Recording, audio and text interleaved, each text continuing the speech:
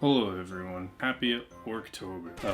I'd like to say I put these lights up to do an Orktober Christmas video, but it's not true. I have them up all the time. Hope this holiday season finds you well. And today we're going to be painting a generic sci-fi space goblin for an unspecified miniatures game. Actually, it's not a miniature, it's consider it a cake topper. It's a decorative cake topper for personal use, not to be used for gaming or by gamers in any capacity. And I may or may not be selling them at the end of the month. Or maybe the middle of the month, I don't know. It's Orktober though. We're not here to talk about intellectual property rights. We're here to celebrate orcs. Orcs with a big C.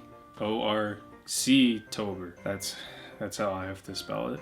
I was gonna paint my whole body green for this video, but that would have been a lot of work. Now I'm spoiling it if I ever want to do it in a future video. I sculpted this baby boy using ZBrush, which is a digital modeling program. If you've never seen ZBrush, basically it's just the virtual block of clay that you can push and pull and add polygons to and all sorts of kinds of things. Very similar to actual sculpting, the only difference being sometimes ZBrush will crash on you. This was a mandatory feature required by law for the developers to include to punish man for designing a new medium in which he could recreate his own essence. A privilege that should belong to the gods and the gods alone. And eventually I arrived at a design that I was pretty happy with. Using the 3D printing software Chitubox, I created a bridge which would allow the goblins to escape their dimension, which is the digital hellscape of cyberspace, into our world, the actual hellscape of real life. This is the machine that allowed me to spit in the face of God. The next step was to baptize the goblins in a bath of isopropyl alcohol in preparation and as penance for their life of shame to come. This is some footage of the goblins drying in the UV light of creation, and here is one fully cleaned, free of sin.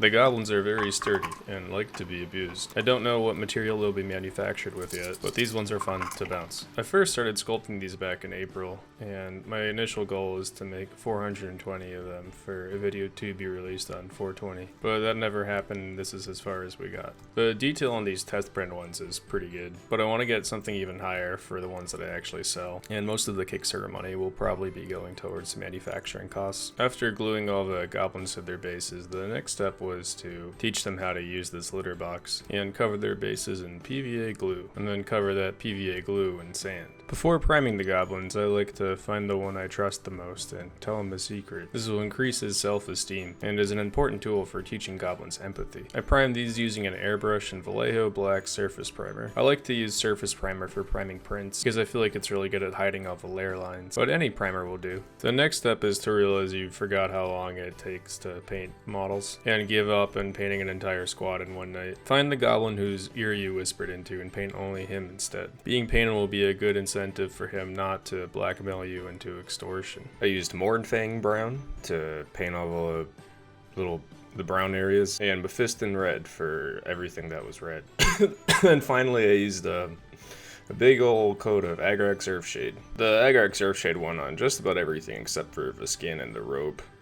And the skin, I put a coat of Bealtan green on. After that was all dry, I went back over the skin with another coat of moot green so that it really only stayed in the recessed areas. Highlighted his eyes, the star, the backpack straps, and his velvet slippers with Mephiston red again. And I used Brass Scorpion as an accent color for the metal. I also painted his teeth and the nails with a highlight of Arid Earth. I mixed some Mephiston red with Wild Rider red to highlight all the red areas. And then I used this color to highlight the eyes. I applied a lot of touch-ups. I highlighted the metal with shining silver, then used Vallejo dark gray mixed with a little black in order to highlight the robe itself. The edges of all the bronze areas were picked out with Army Painter bright gold, and I have absolutely no memory of what I did to highlight the backpack. I used this Micron pen to help with all the checkered patterns in freehand. I feel like they're much easier to use than a brush to do the lines for guides. I've never tried it before, but I feel like a fine tip Sharpie might work just as well if you don't have a few hundred Micron pens lying around like I do. I filled in the squares with a brush and black paint, then I used Arid Earth to do the white areas. It's pretty hard to get them to look good right away. I don't really know of a better method besides just sort of going over and fixing them up a little bit at a time until eventually they look clean. I repeated this process for the zigzag design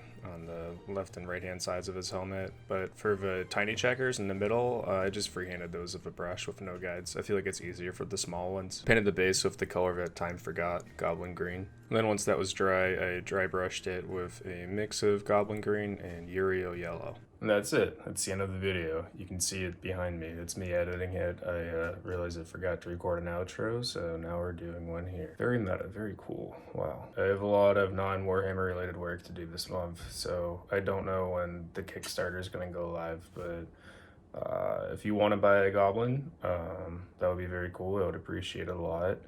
And also, I'm going to be giving a free digital download of this model for patrons.